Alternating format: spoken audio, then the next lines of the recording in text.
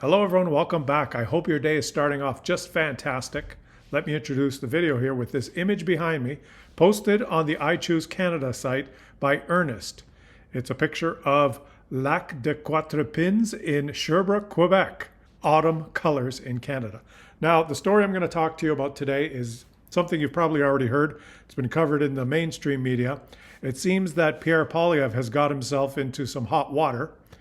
He has made some outrageous remarks about the RCMP, and he's faced a lot of backlash from his own party as well, and there's calls for him to apologize. Now, rather than just repeat the story individually, I want to step back and paint a larger picture for you, because I think what tends to happen in the media as we absorb political news is we just get it piecemeal, story by story by story, and different echo chambers amplify those stories individually.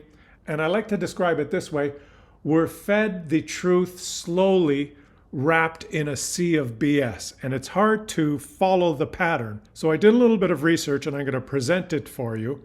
Then we'll get to the more recent story, but I'll make the case that this is not just one isolated incident.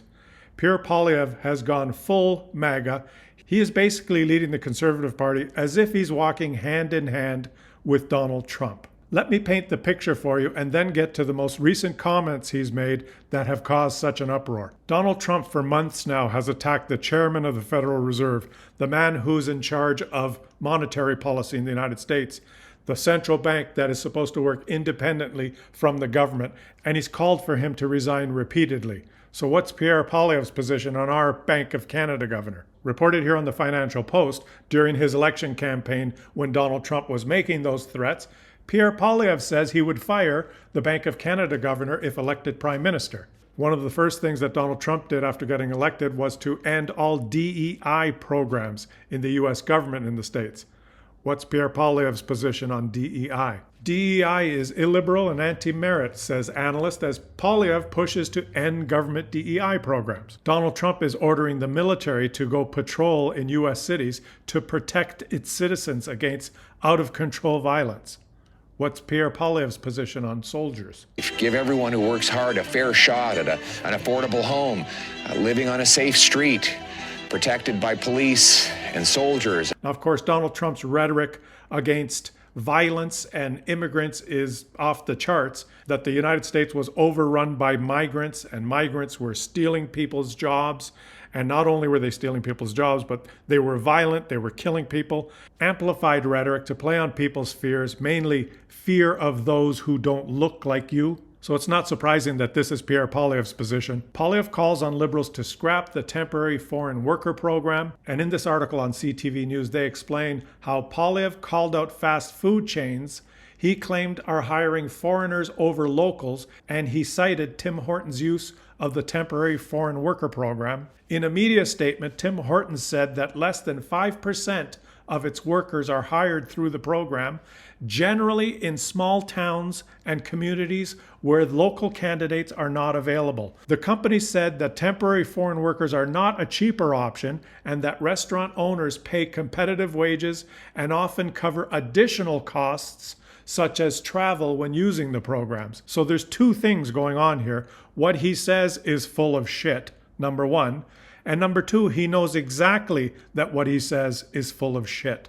So why does he say it? Well, because he's attached himself to the MAGA playbook.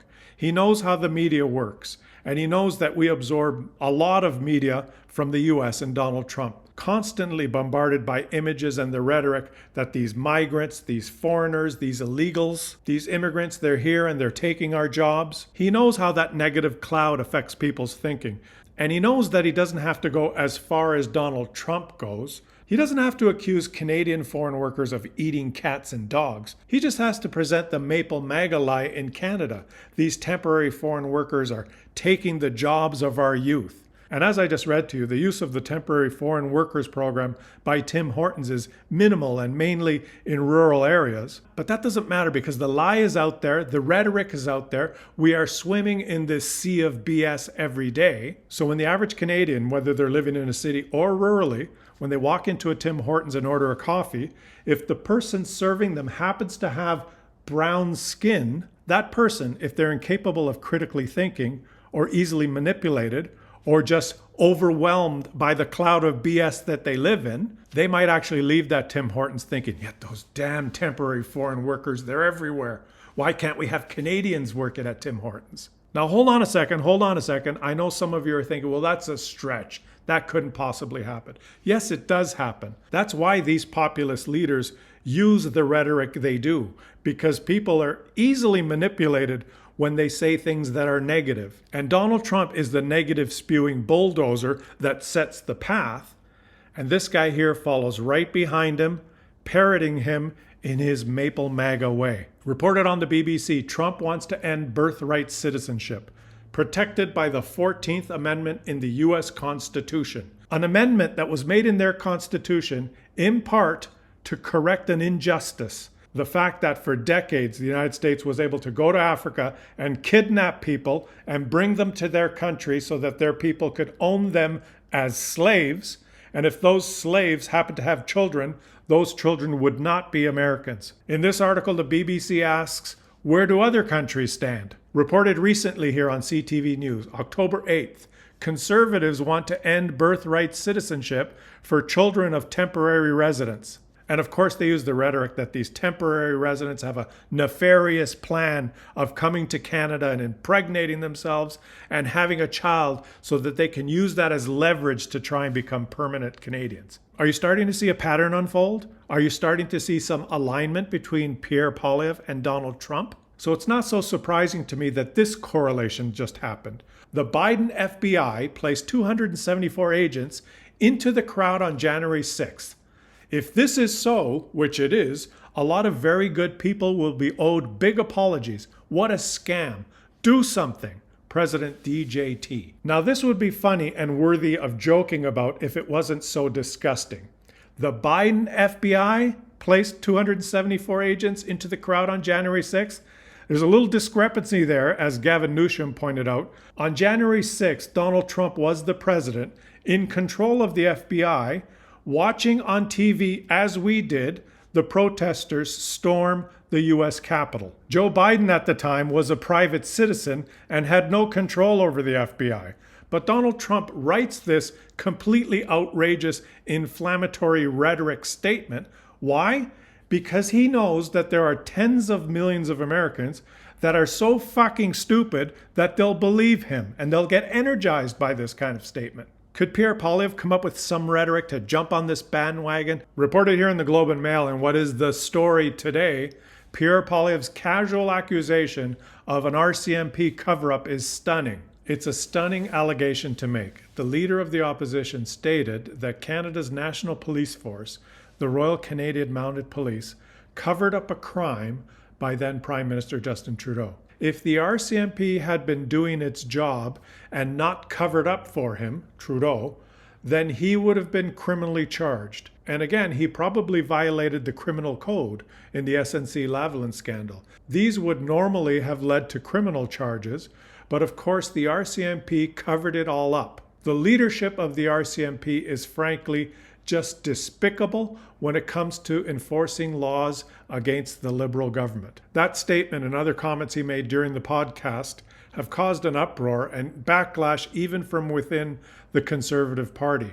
Top aide to former Prime Minister Harper rips Poilievre's comments about the RCMP and Trudeau. Writing an op-ed in the Toronto Star, Dimitri Sodas, top advisor for former Prime Minister Stephen Harper, said Poilievre's recent statements demonstrated recklessness and a leadership approach that remains rooted in grievance rather than in governance. I don't think they're very well advised. I think it's quite Trumpian in tone, which I don't think is really where the Canadian electorate is at, he said. And it's not just Trumpian in tone. It's designed exactly to follow Donald Trump. Think of what he's suggesting there. He's suggesting that the leadership of the Royal Canadian Mounted Police covered up a crime, and I guess if the RCMP covered up this crime, then they committed a crime. So the leadership of the RCMP should be investigated. Is he going to go after the RCMP leadership and former Prime Minister Trudeau? And some of you might be thinking right about now that you're making a little bit of a stretch here in comparing what Poilievre is saying and what Trump is saying. It's not exactly the same, and he didn't use as much inflammatory rhetoric as Donald Trump. And you're right about that, and that's not exactly the point, and hence the term Maple MAGA. He doesn't have to be as inflammatory and repeat exactly what Donald Trump says. And to understand that, you have to understand the world we live in now and how social media works.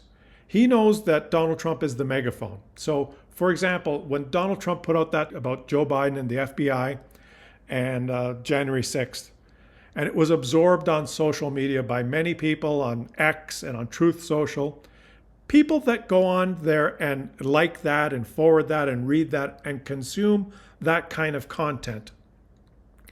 The way social media algorithms work now is those same type of people are directed to similar type content, the content that this guy is putting out.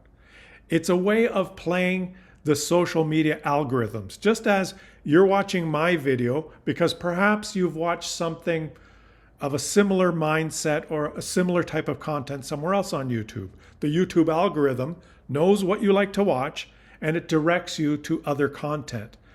And this sly little prick is using that social media algorithm to his advantage. He's very calculated in the way he spews his rhetoric, a little toned down from how Donald Trump does it, but with the same keywords and subject matter, packaged with the right hashtags and the key invisible tags that you include with your video so that YouTube and other social media sites amplify your message to other people that might be willing to absorb this kind of stuff so that you can build your audience. This is how echo chambers are created. This is how followings are created. Because in this day and age, it's much easier to create a following by being negative and attaching yourself to something that's already working. He's attached himself to Donald Trump. It would be very difficult, for example, in the United States now, for a candidate to win over the country by saying things like, "We choose to go to the moon.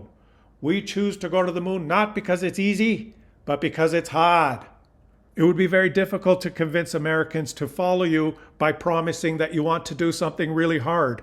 It's much easier in today's United States to get the country to follow you by telling them that they're eating the dogs, they're eating the cats, they're eating the pets of the people that live there.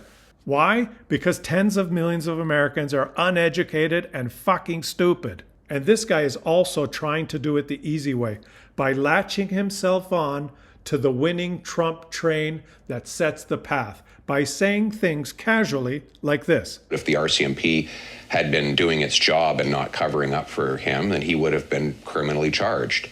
The leadership of the RCMP is frankly just despicable when it comes to enforcing laws against the Liberal government. Now there's been tremendous backlash because of these statements, even from within the Conservative Party, and there have been demands for him to apologize. And in typical Trump fashion now, he's decided to refuse to apologize, and he's taken the strategy to just lie about what he said.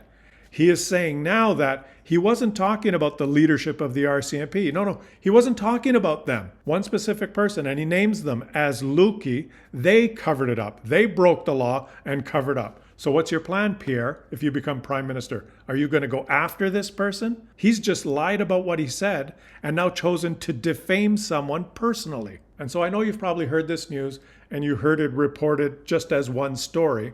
But in this video, I tried to pull it all together and show you that there's a pattern here. He is all in following Trump's MAGA playbook. And what I found interesting was an interview that was broadcast on CTV where they talked to the then leader of the opposition, Mr. Mulcair, and he expressed his views on this, and I think he captured this issue perfectly. Let's listen to what he had to say. Well, the retroactive reflections and the attempt to change what he actually said is an indication that he's in trouble with some parts of the Conservative base, and he had no choice but to start scrambling. I had to go back to the actual quote to make sure that I hadn't missed something, because now he says, of course, that he was talking about an individual that he names, Brenda Lucki. Here's the quote. The leadership of the RCMP is frankly just despicable when it comes to enforcing laws against the Liberal government. In the quotes that we just saw, both in the House and in writing, he's trying to say, one, it was about an individual. Two, he never attacked the institution. That's what he did in that quote. And he's a very articulate person. He knows what he's saying, and he knows what it means when he's saying it. I think he was rising to the sound of his own voice as he was speaking to a home audience. It was almost as if he was chatting in his living room with people from a media outlet that tend to push his point of view. This is dangerous for the Conservatives if they ever hope to form government. You can't have someone saying that even though the police have carried out a thorough investigation, that you know that a crime was committed and that it is a cover-up, because that was the other word that he used, a cover-up, that there was a decision not to prosecute criminally. There is a requirement. You have certain heights that have to be met in going over those barriers, and if you don't, you can't prosecute criminally. You know, I have to remind folks that Mr. Poilievre was just a backbencher when most of the things that he's talked about happens. I was the leader of the opposition. And can I share with the people listening tonight, I was a bit frustrated. I thought the Yaga Con Island thing was more than just a scandal that merited a rap on the wrists from the ethics commissioner. But I'm also a lawyer, and I have a son who's been a police officer for 25 years, and I really take offense at hearing one of the most senior politicians in our country attacking an institution, attacking its entire leadership, because that's what he did. He did not single out an individual in a single case. He singled out the leader. He talked about the leadership. I find it offensive, and I find it dangerous for our democracy, because in a free and democratic society, politicians don't get to wake up in the morning and say, I want this one prosecuted, and if you don't do it, it's because you're covering things up and you're not doing your job. And even 9 years later, I'll attack you personally. It's bonkers, and I think he's pushed back a lot of Canadians who might have been willing to give him and the Conservatives a second look. I don't think that sort of behavior is going to help his party in any way, shape, or form. I hope I've presented a little bit different way of talking about this story to you than you get from just the mainstream media. I tried to tie all the pieces together, the little individual stories that you might hear, just one-offs, and some people might not be able to put all those together because, of course, each story is presented from different points of view in different echo chambers. And like I always say, it's as if we're walking around in a cloud of BS, and it's sometimes hard to put it all together, what it means and what's happening. And I tried to do all the research to present that to you today. If you appreciate it, subscribe to the channel. I would appreciate it if you to help the channel keep growing. And if you like my work and want to support the channel on a monthly basis, consider becoming a member by clicking the join button. Share this video on any social media that you might be on Blue Sky or X or Facebook or whatever social media you're on. Just share it. Try and get it out there so more people can see it. I think that would really help to get more people thinking. Thanks for watching, everyone, and have a fantastic rest of your day. I'll catch you all on the next one.